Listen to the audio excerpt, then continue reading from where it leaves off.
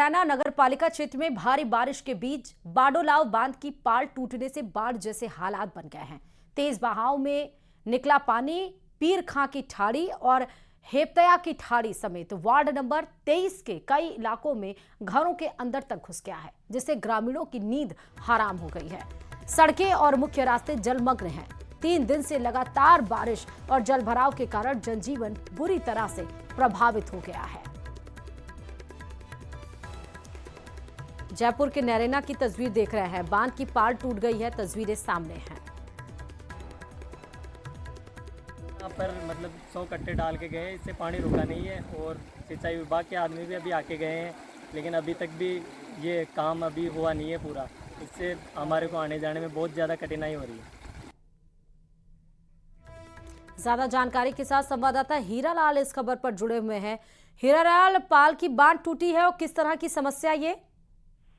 जी देखिए, नरेना इलाके का पूरा मामला है जहां बाडोलाव बांध है, जहां लगातार क्षेत्र में जो बारिश हो रही है उससे जो बांध है लबालब हो चुका था। और 2 दिन पहले भी है जो एक नहर टूटी थी, उससे कई जो वार्ड थे उसमें पानी घुस गया था। इसके बाद जो नगर पालिका प्रशासन है उनकी ओर से वहां मिट्टी के कट्टे लगाकर कटाव को रोका गया था, लेकिन 2 दिन से लगातार है जो बांध में कटाव और रिसाव जारी था।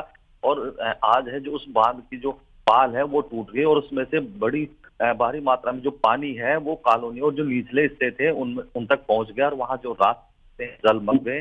स्थानीय इस बात हो गया, स्थानीय ग्रामीणों में प्रशासन के प्रति रोष भी देखा जा रहा है। उनका कहना है कि सिंचाई विभाग के अधिकारियों को पूर्व में ही अवगत करा दिया गया था। इस प्रकार की समस्या उत्पन्न हो सकती है, लेकिन समय रहते सिंचाई विभाग के अधिकारियों ने कोई ठोस कदम नहीं उठाया, जिसके चलते जो बांध की पाल है वो टूट गई और बड़ी भारी मात्रा में है जो पानी खेतों तक पहुंच गया और जिससे उनके खेत हैं जो जलमग्न हो गए।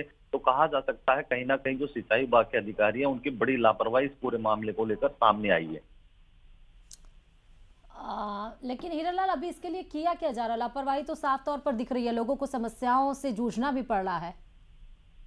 जी बिल्कुल, देखिए ग्रामीणों का आरोप है कि सिंचाई विभाग के अधिकारी अगर समय रहते जाती समस्या से उन्हें जूझना नहीं पड़ता, लेकिन जो नगर पालिका प्रशासन है उनकी ओर से जरूर उपाय किए गए, इंतजाम किए गए। जो कटाव लगा था उसको रोकने के लिए इंतजाम किए गए थे।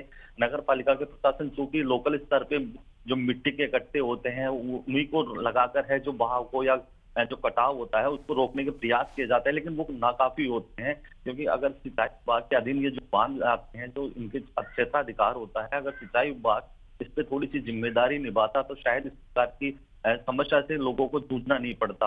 अब देखने वाली बात होगी कि सिंचाई विभाग के अधिकारी मौके पे पहुंचेंगे और जो बांध में कटाव लगा है, जो रिसाव हो रहा है, पानी का लगातार जो आवक हो रही है उसको रोकने के लिए कौन सी इंतजाम वो कर पाते हैं।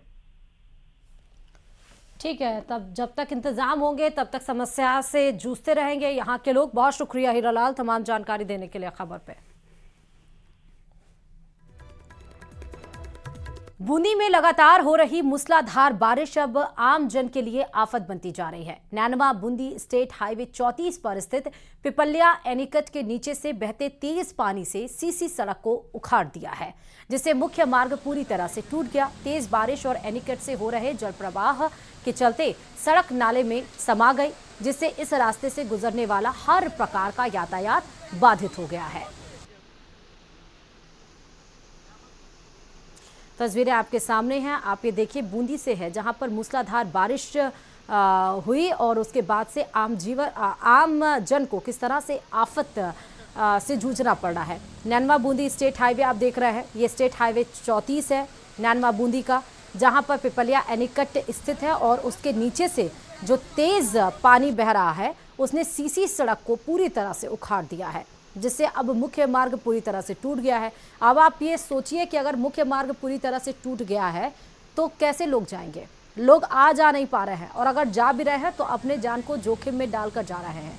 सीसी रोड जो टूटी है, जो बह गई है तेज बहाव से, उसकी तस्वीरें आपके सामने हैं।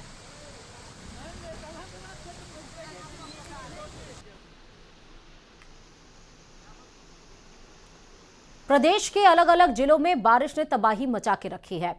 3 तस्वीरें हम आपको अभी दिखाएंगे और उसके जरिए हम आपको समझाएंगे कि ये 3 तस्वीरें किस तरह से तबाही बनकर बरसी हैं, किस तरह से बादल लगातार आफत बनकर कहर बरसा रहा है। देखिए, सबसे पहले बारा की तस्वीर देखिए, जहां भारी बारिश से लोगों की जान मुश्किल में फंस गई है।